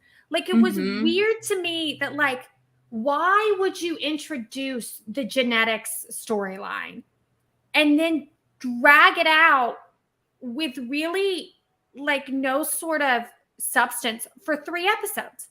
Like we get the reference to it here again. Like, oh, I've got the DNA results. And then we never touch on it. I'm like, I don't even care anymore because it's gone for 3 episodes. The only way. Sorry, you go ahead. Well, the only way I can see it resolving is it being like a callback to the elevator fight that Oliver and Teddy had, where he was like, I'm going to fuck you. And it's like, okay. It was a drawn out 30-year process of Gotcha, I'm going to fuck you because I fucked your wife. Like, which is dumb. That's dumb. But that's the only way I see it mattering at this point. It's also very weird how, like, tied to Will being his biological son Oliver is. Like, He still raised the man. Yeah, Like- he's, like, really, really tied to him being a Putnam. And it's like, he's still a Putnam. That's, like, his name. I don't know. I Sorry, just wanted Liz. to count how many plots we've been introduced to that haven't had like conclusions yet. Because the painting, the dad plot, we kind of left off to the side and never returned to. I was gonna say the wedding, but the wedding kind of got wrapped around a little bit when Lucy's like, "Yeah, I came here during the wedding," and like now he knows. I was but so convinced that Krebs was the mom's new husband. When she was that's talking to him, interesting. like I was like, oh my gosh, this is what it is. And this is why she's been so invested in like being with him and solving it. It's because she knows who Krebs is. And then that would have been good. Yeah. No, I love it. We have Amy Schumer and her whole thing. Haven't seen her. And like, why wasn't she in the lobby? I know she's expensive to book, but like seeing her in the lobby during the power outage would have been hilarious. I would have loved that. Getting drunk on the gut milk. Sure. What else have we been introduced to that we haven't resolved? Not seeing Have more we Amy really- Schumer means the television plot line hasn't, like we haven't touched on. Yeah. Yep. The TV show. Have we really resolved the Shirley MacLaine of it all? Do we feel like? I don't think we have. And I we barely remember also got the one Andrea Martin like 2-scene flirt with Steve Martin, which like you don't bring Andrea Martin onto your show to do a guest spot for 2 scenes. She has to come back later. Like we kind of jumped away from I can't even remember her name right now. Cinda Koenig's assistant. Like she looked like she was gonna I thought she was gonna be more involved in the story for a minute, and then we kind of and the dirt that she gave Selena before she was on the subway about like Cinda didn't graduate which also I was like, okay, lots of people don't pop off. Like if she's been lying about it, that's one thing, but like I feel like that's not great dirt. There's so much. I feel like the fact that we can name that many is like it's a lot to do in 2 episodes. Who was the person that Bunny met at the pickle diner the day before she died? Is that actually Glitter Guy? It really stuck out to me this episode that like the diner played no role in season 1. Yeah. Oh yeah. And for playing no role in season 1, like Ivan seems very comfy with everyone. They spend a lot of time in this diner. Yeah, it's I think that's kind of odd. It's the classic season 2, we're sick of our location, so we need to introduce a new one and pretend like it's always been there. Yeah. And I think it especially stands out because they spin the pilot in a restaurant. Yeah. And it's not like a nice restaurant. Yeah, a nice restaurant. And I'm like, if the diner was there, you would have just. Yeah. Absolutely. So a lot of loose ends to tie up in the next 2 episodes over the next 2 weeks. Next week, Alexis and Marissa and Sly will be breaking down episode 9 without me, and then I'll be back for the finale in 2 weeks' time. I don't know who's out in 2 weeks for the finale episode. Someone is. We'll figure it out later. I think that was supposed to be our reunion. Oh, no, maybe I am. I don't remember. But regardless, we'll be doing commentary for the next 2 weeks as we wrap up this show. So if you haven't started, lots of time to catch up. And for those of you still watching, let us know what you think as the next episode airs. We'll be talking about it on Twitter and on Instagram throughout the week. So you can find us at After Party Show everywhere. And let us know what you think before we continue breaking it down next week.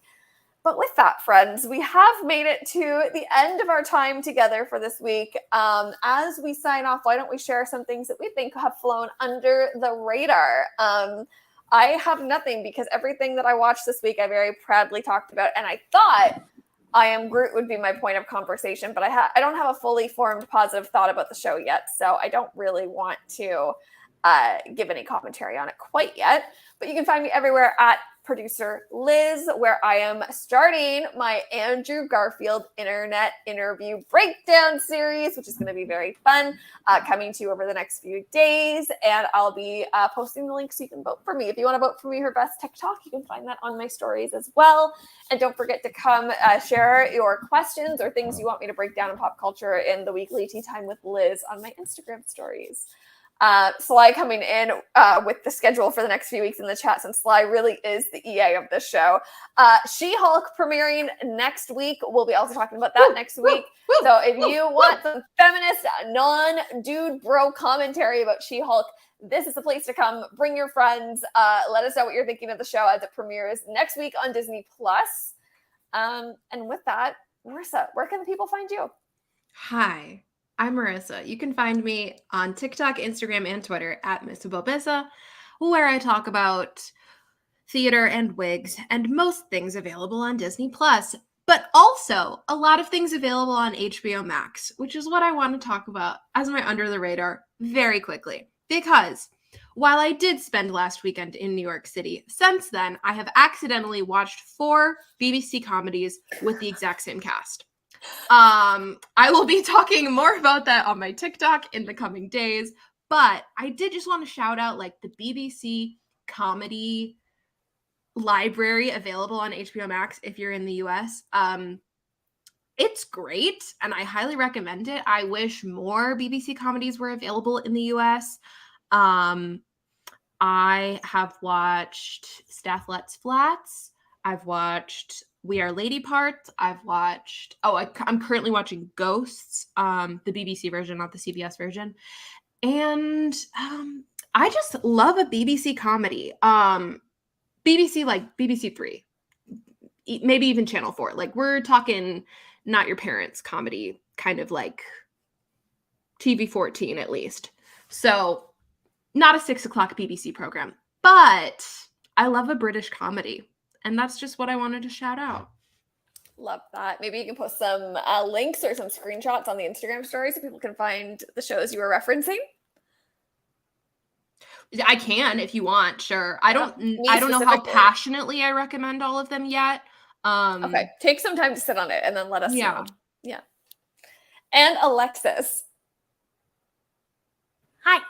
I don't have anything for my under the radar this week. Same. But I'm sure I will find some things during the week and I will post them. I'm at Alexis Blake Reads Comics. If you need comic book knowledge or MCU stuff, and I am at Just Alexis Blake everywhere else, where I am talking about starting grad school for the second time this week. The research that I'm doing in that area. I'm putting the final touches on my store this week where I'm selling lots of vintage items and finds. So if you're interested in that, you can check that out through my Instagram. And my other project this week is starting the James Bond movies for the first time with my only context is a buddy fanfic. So if you're down to hearing me rant about misogyny and inaccurate spycraft in James Bond films, you can also saddle up for that journey. Incredible. It's one of my most anticipated Alexis rants in a minute. I'm truly on the edge of my seat waiting for this one. It's gonna be a ride. When you announced that you would be embarking on this mission, I was like, all the power to you, soldier. Like, you have my highest salutes. Yep. And thank you to all of you for watching. Thank you to all the replayers who have been hanging out with us on the YouTube comments all week. Keep them coming. Whenever you watch and leave comments, it makes our day. We get little notifications and we share them in the group chat. It's very wholesome. So let us know what you think of the show in the comments, and we will see you next Saturday night for our next after party. Bye, everybody. Bye-bye. Bye. Oh, my mouse froze. Let me end the show. Bye, everybody.